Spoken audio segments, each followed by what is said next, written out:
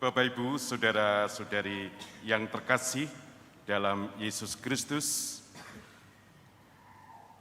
relasi antara Tuhan dengan manusia digambarkan secara indah melalui gambaran gembala dan domba.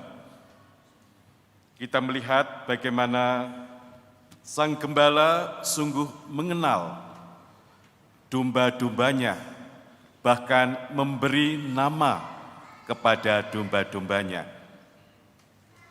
Nama tentu saja diserahkan kepada gembala, dikasih nama huruf X, A, atau B, atau seperti nama orang, terserah pada gembala.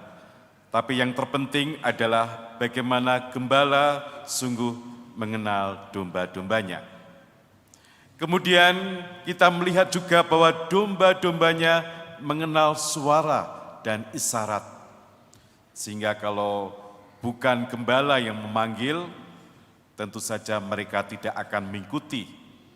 Kalau bukan gembala yang memberikan isyarat, mereka juga tidak akan mentaati.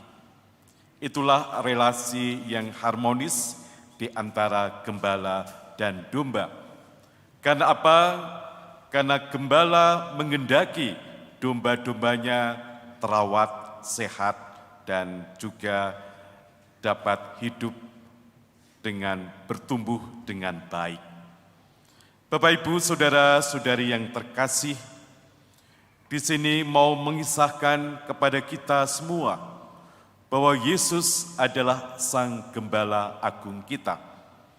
Yesus Kristus telah berkeliling untuk mewartakan kasih-Nya kepada kita semua, agar umat manusia mengenal siapa itu Tuhan, siapa itu Allah, yaitu pribadi yang penuh kasih terhadap umat-Nya. Bahkan Tuhan Sang Gembala Agung kita telah memberikan teladan yang indah kepada kita semua. Dalam bacaan yang kedua dikatakan, ketika dicaci maki, ia tidak membalas dengan caci maki. Ketika menderita, ia tidak mengancam, tetapi menyerahkan kepada Dia yang menghakimi dengan adil. Inilah teladan kasih Tuhan, di mana di dalam diri Tuhan hanya ada kasih. Tidak ada balas dendam, tidak ada namanya suatu tindakan untuk membinasakan. Karena di dalam Tuhan kita melihat kasih, kebenaran, dan bahkan dikatakan dalam bacaan yang kedua, Ia sendiri telah memikul dosa di dalam tubuhnya di kayu salib, supaya kita yang telah mati terhadap dosa hidup untuk kebenaran. Oleh bilur-bilurnya kamu telah disembuhkan.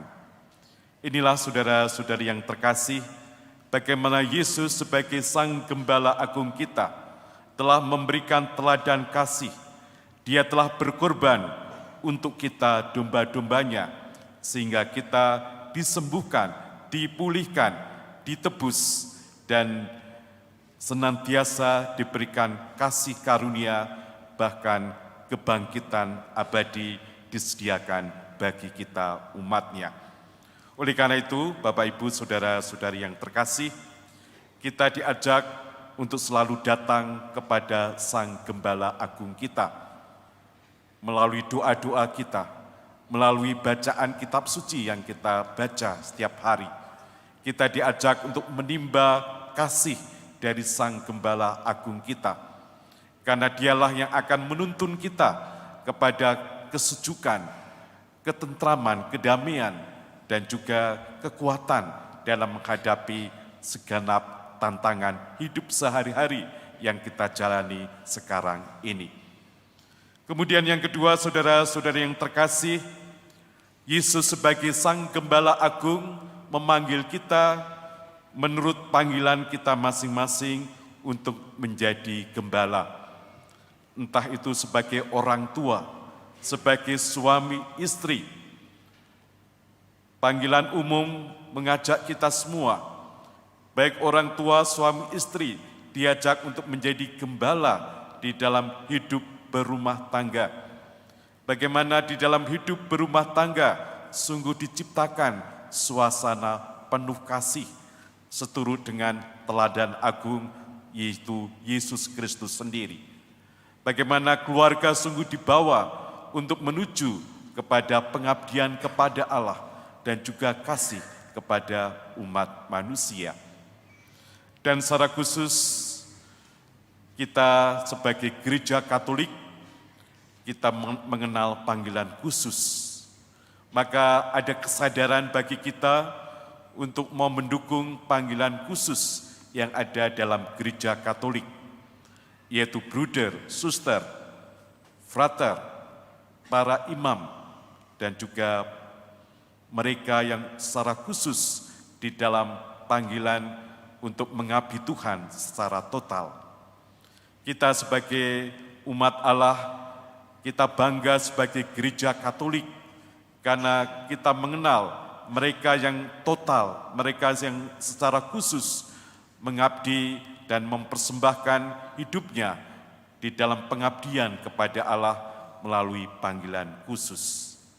Kita akan mendukung agar panggilan mereka dapat berkembang dan juga di dalam keluarga-keluarga kita masing-masing, jika ada saudara, jika ada anak yang sungguh mau mengikuti Tuhan secara khusus di dalam panggilannya, kita juga akan memberikan dukungan dengan sebaik-baiknya.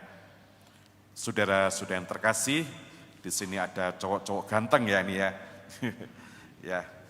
Mereka berasal dari Seminari Menengah Stella Maris Bogor. Nah, sekarang ada di Kahuripan, Parung ya, setelah dari Kapten Muslihat berpindah ke Kahuripan di Parung di sana. Nah, saya tadi berbisik kepada Romo Effendi, siapa yang harus saya tanya ya? Maka saya akan bertanya kepada Mario ya, Dirigen ya. Silakan Damek ya, bawa Damek ya.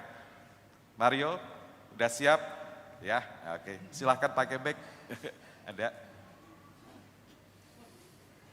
Ya, oke. Mario, saya bertanya, mengapa Mario mau masuk seminari? Silakan.